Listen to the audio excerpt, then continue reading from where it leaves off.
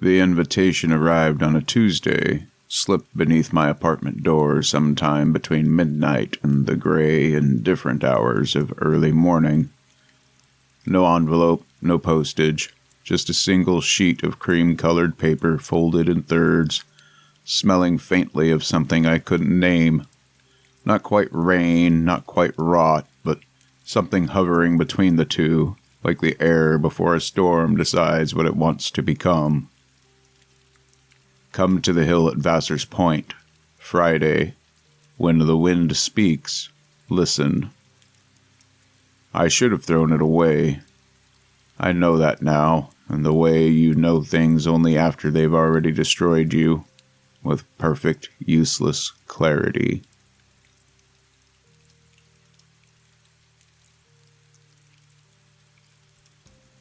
I'd been a journalist for 11 years, and in that time I'd covered cults the way other reporters covered city council meetings, dutifully, without much surprise, with the quiet resignation of someone who has long since stopped being shocked by what people will surrender themselves to.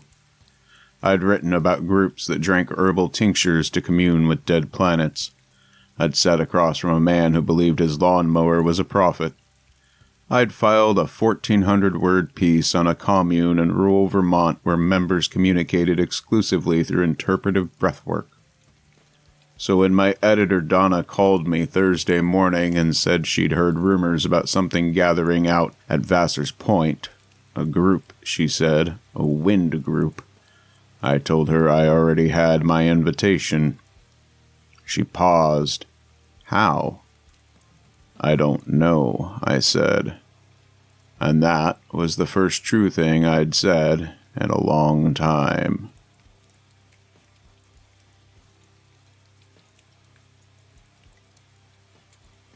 Vassar's Point is a hill on the eastern edge of the county, bald and broad-shouldered, rising out of flat farmland like something in the earth pushed up in its sleep.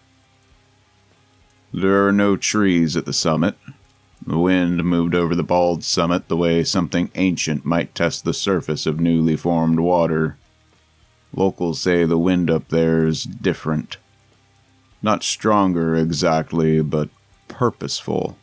The way a river is purposeful, moving with the specific intention of getting somewhere. Old farmers used to say the hill was listening. I'd always assumed that was the kind of poetic nonsense rural people invented to make flat land feel mythological.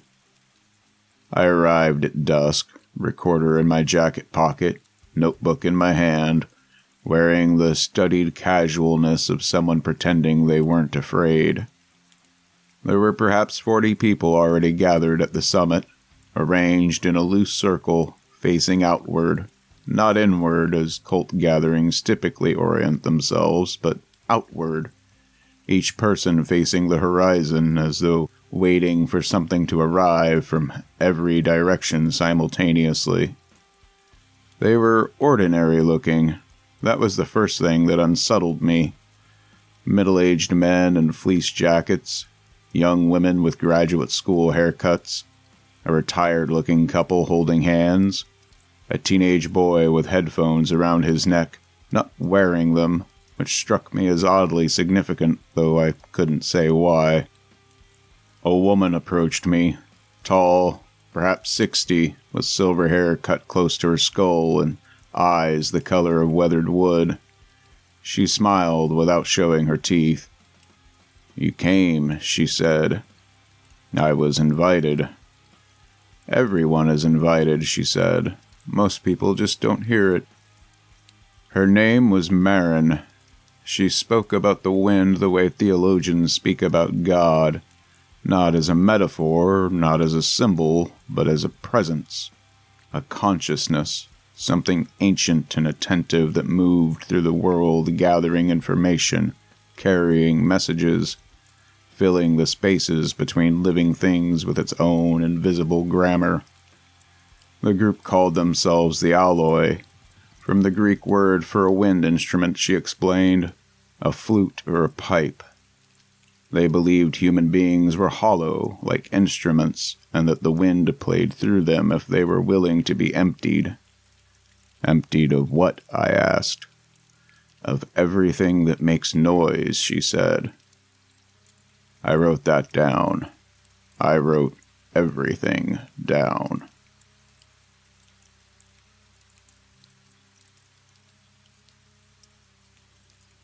The ceremony, if it could even be called that, began when the last light left the sky.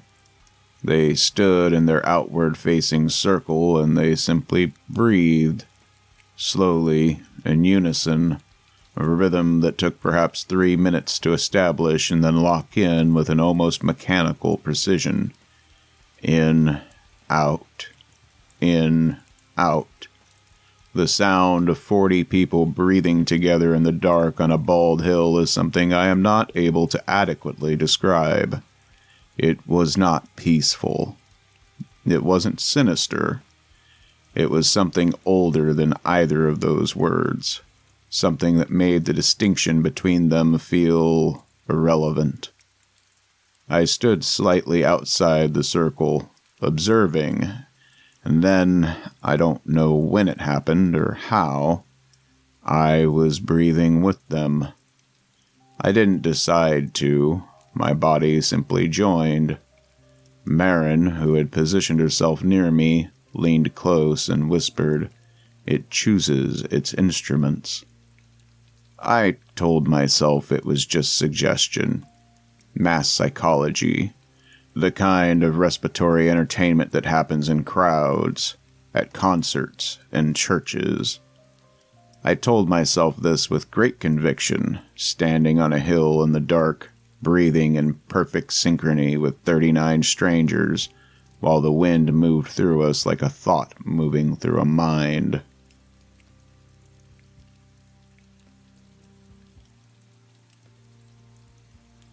I went back. That's the part I find hardest to explain, even now. I went back the following Friday, and the Friday after that, and the one after that. I told Donna I was still gathering material. I told myself the same thing. I filled 3 notebooks with observations, quotes, theological frameworks, the alloy's cosmology of wind, their belief that every breath ever exhaled by every living creature still existed somewhere in the atmosphere, that the wind was a library, that it remembered everything. I told myself I was working. I was not working.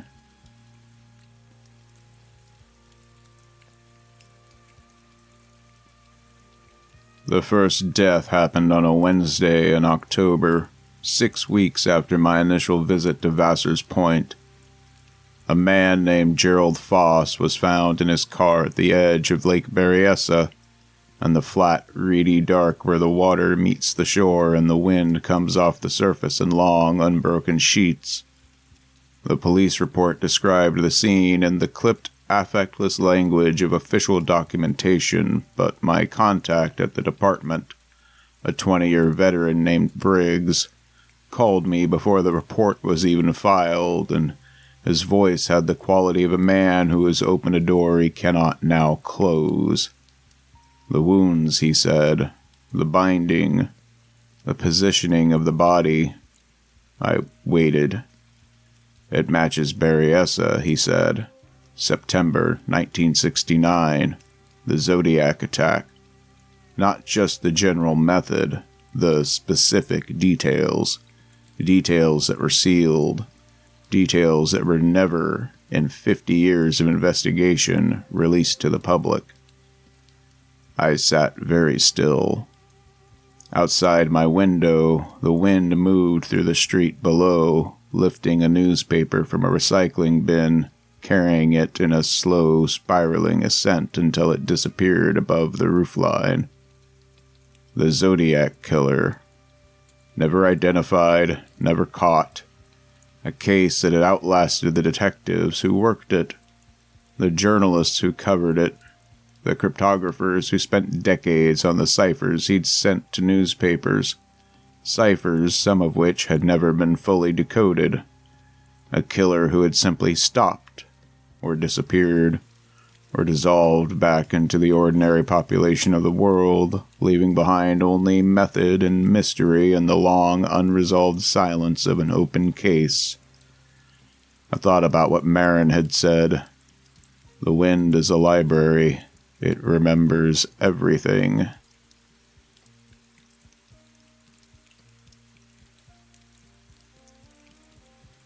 I should have gone to the police then. I understand that.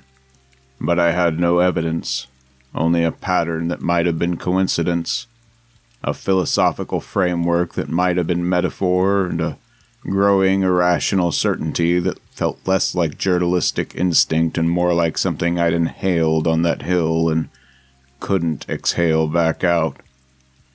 The second death happened 11 days later. A man found on a stretch of beach south of San Francisco, the particular geography of it deliberate, I was certain. A location chosen the way a composer chooses a key. He had been a member of the Alloy. I recognized him from the circle, a quiet man in his 50s who always stood facing west toward the ocean, as though he expected the wind to arrive from across the water. Briggs called me again. This time his voice had lost his professional steadiness entirely.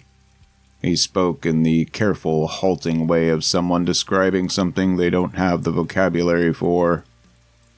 "The Doodler," he said. I knew the case. San Francisco, mid-70s. A killer who approached gay men in bars and nightclubs, sketched their portraits on napkins or scraps of paper, then lured them away and murdered them. 14 confirmed victims. 3 survivors who refused for decades to come forward, reportedly because the killer was a prominent public figure and they feared the exposure of their own sexuality in an era when that exposure carried its own violence. The case was never solved. The Doodler was never identified. "The signature," Briggs said. "The specific signature. The way the—" He stopped, collected himself. There was a detail, something the original investigators kept back, something that was in a sealed file I had to get special clearance to access. He paused again. It was there, at the scene, exactly, like someone had read the file. "No one read the file," I said. "No," he agreed. "No one could have." The line was quiet for a long moment, and in that quiet I could hear, faintly, the sound of wind moving past his end of the call, a soft, continuous exhalation, like something breathing against the receiver. "Briggs?" I asked. "I'm here," he said, but his voice had changed, flattened, emptied of something.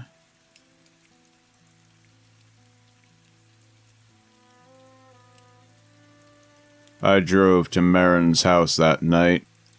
She lived at the base of Vassar's Point in a farmhouse that looked as though it had been standing since before the concept of maintenance was invented.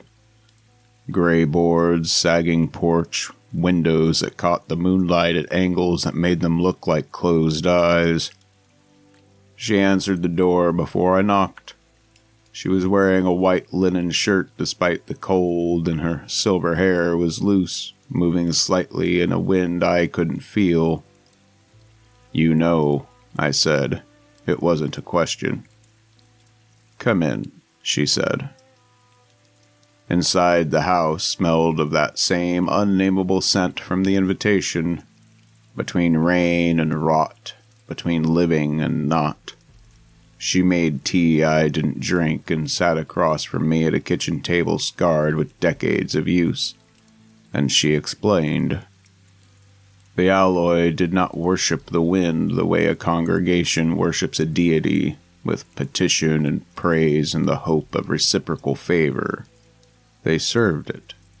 They believed the wind was not merely a physical phenomenon, but a form of consciousness that had existed since the first atmosphere formed around the first cooling rock, that had been present at every moment of human history, that had moved through every room, every field, every dark street corner where every act of violence had ever been committed, and that it had been accumulating.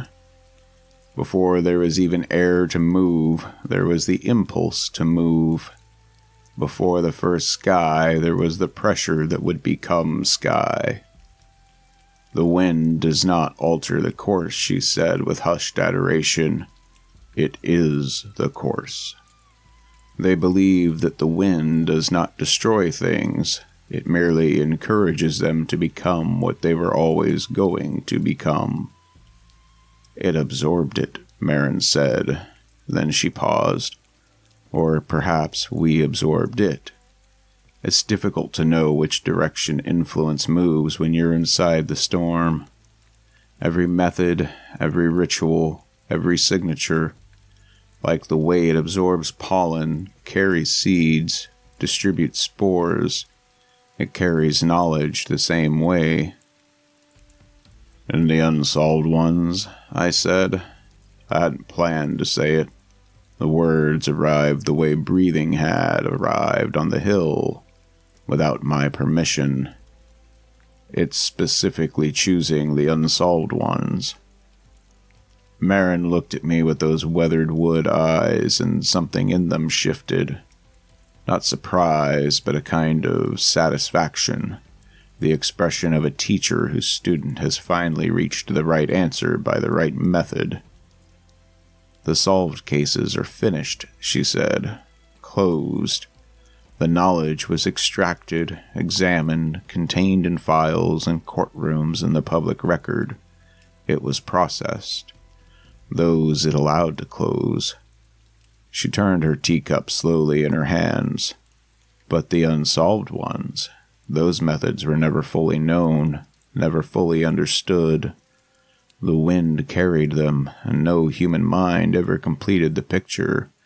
They remain," she paused, "open." "Open," I repeated. "Like an unresolved chord," she said. "Like a question that was never answered. The wind has been holding those methods for decades, centuries in some cases, waiting for instruments capable of expressing them fully." She set the teacup down.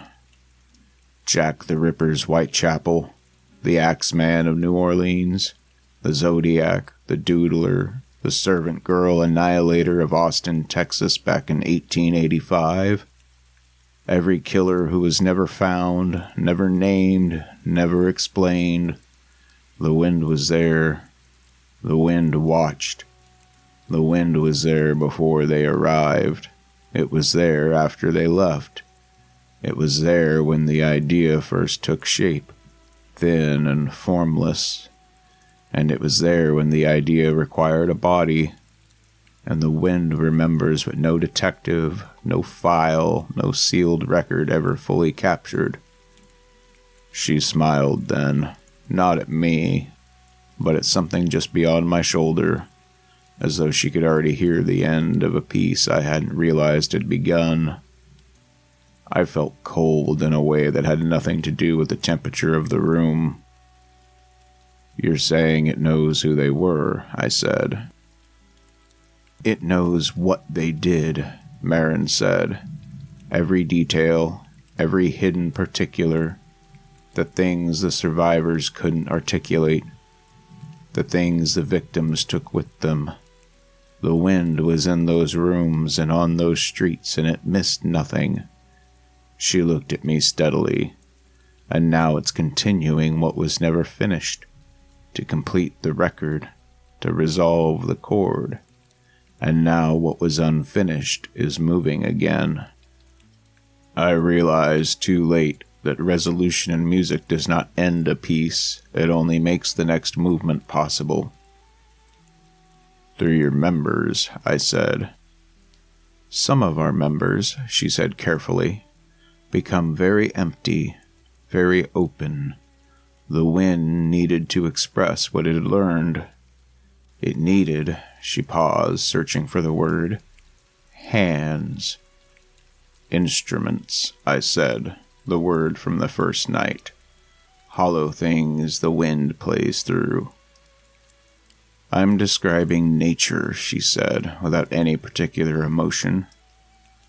The wind doesn't distinguish between carrying a seed and carrying an idea. It doesn't distinguish between a gentle breeze and a gale. It simply moves, and it revels in what remains unfinished. Completion is a kind of silence. It does not like silence.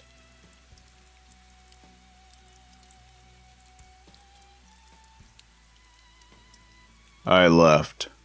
I drove back to the city with every window in my car sealed shut, the vents closed, the recycled air growing stale and close around me.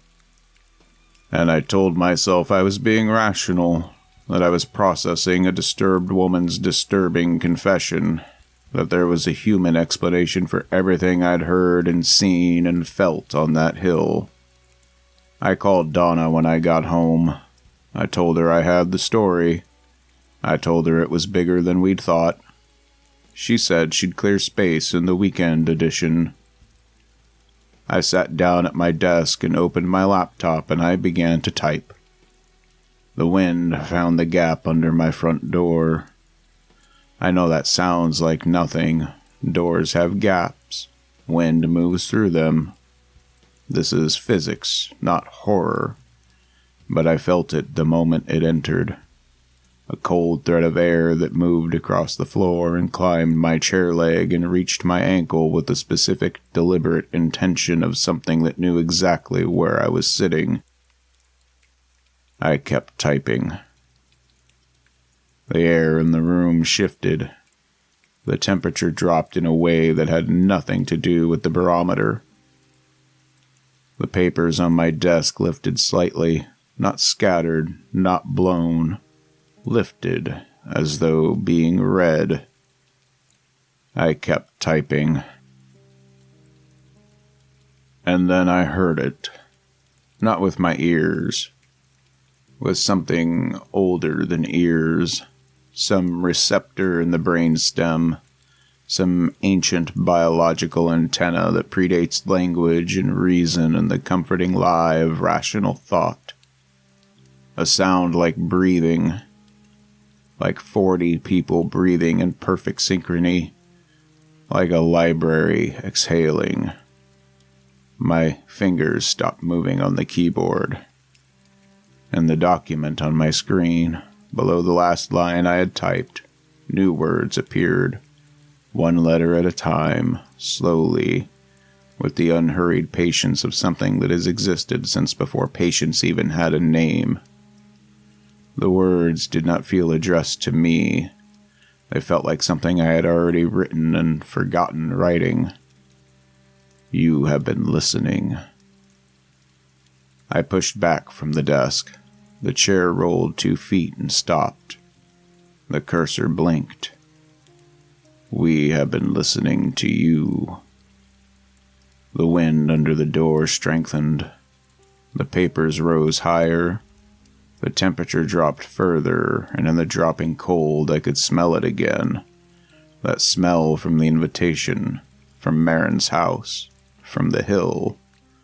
Between rain and rot, between living and not. The smell of something that had been present on every dark street in Whitechapel, on the shores of Lake Berryessa, in every fog-thick San Francisco night where something terrible and unresolved had happened and then simply stopped, leaving behind only the open wound of an unanswered question. You are very hollow, the screen read. You have been emptying yourself for weeks, writing, observing, removing yourself from the story. That is how instruments are made.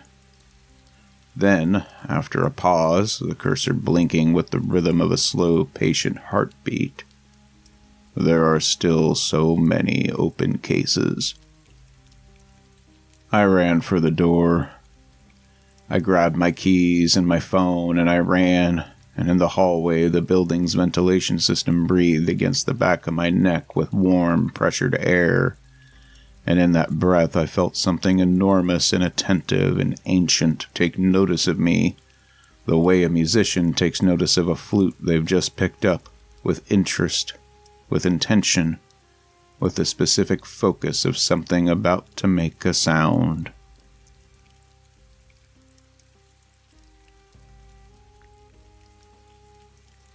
I'm writing this from a motel 2 states away, windows sealed with duct tape, towels pressed against the gap beneath the door.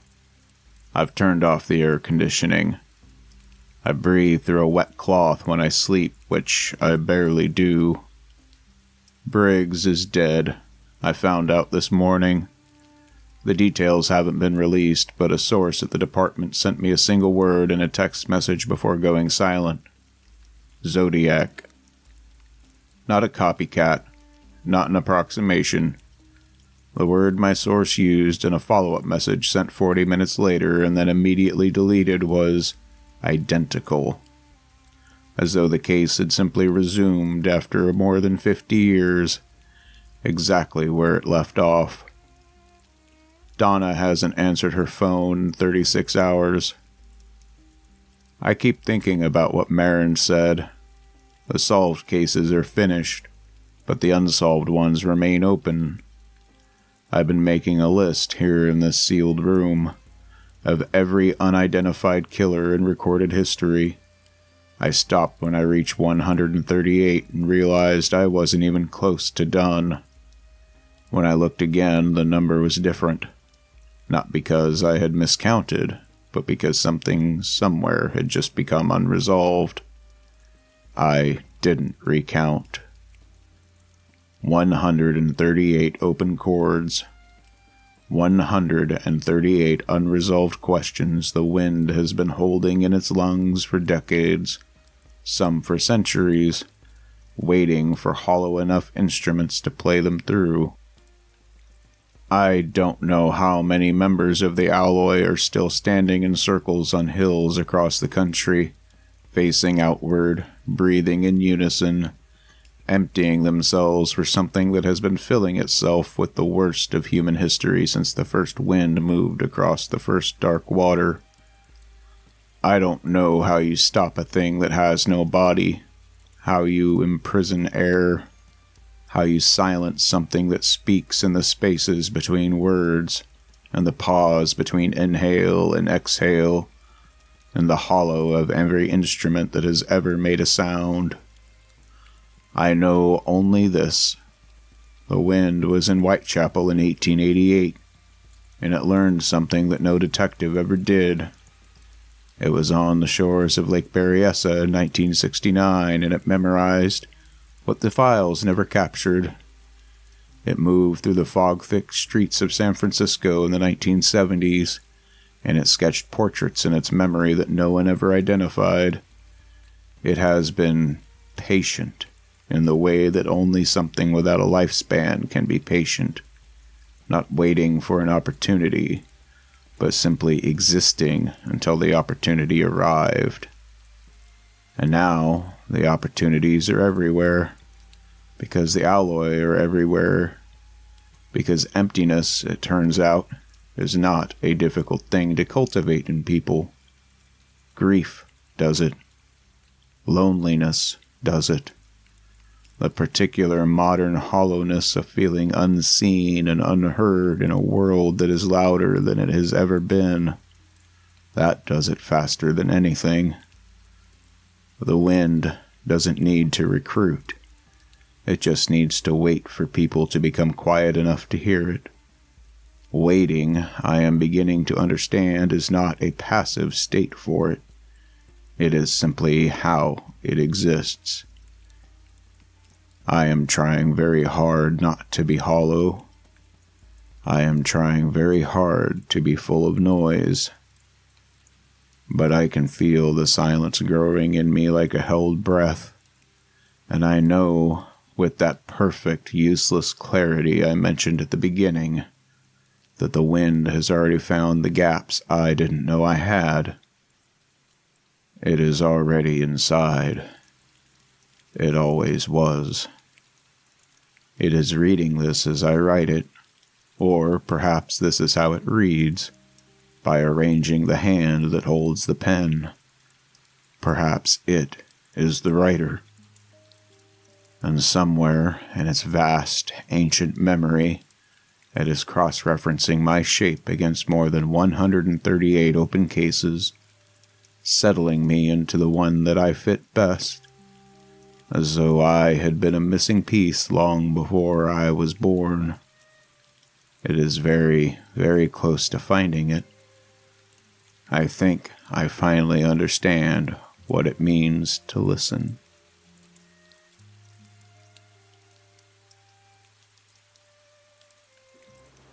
The above document was recovered from room 14 of the Clearwater Motor Inn, County Route 9, on the morning of November 3rd. The room was found sealed from the inside. There was no sign of forced entry or exit. The author has not been located. Investigating officers noted an unusual smell in the room, described variously as before a storm, like old rain, and like something between alive and not. The windows were intact. The duct tape was undisturbed. The door had been opened from the inside. The list on the bedside notepad had been continued in a different handwriting. It went on for 11 more pages. The final page ended mid-sentence, scrawling off page.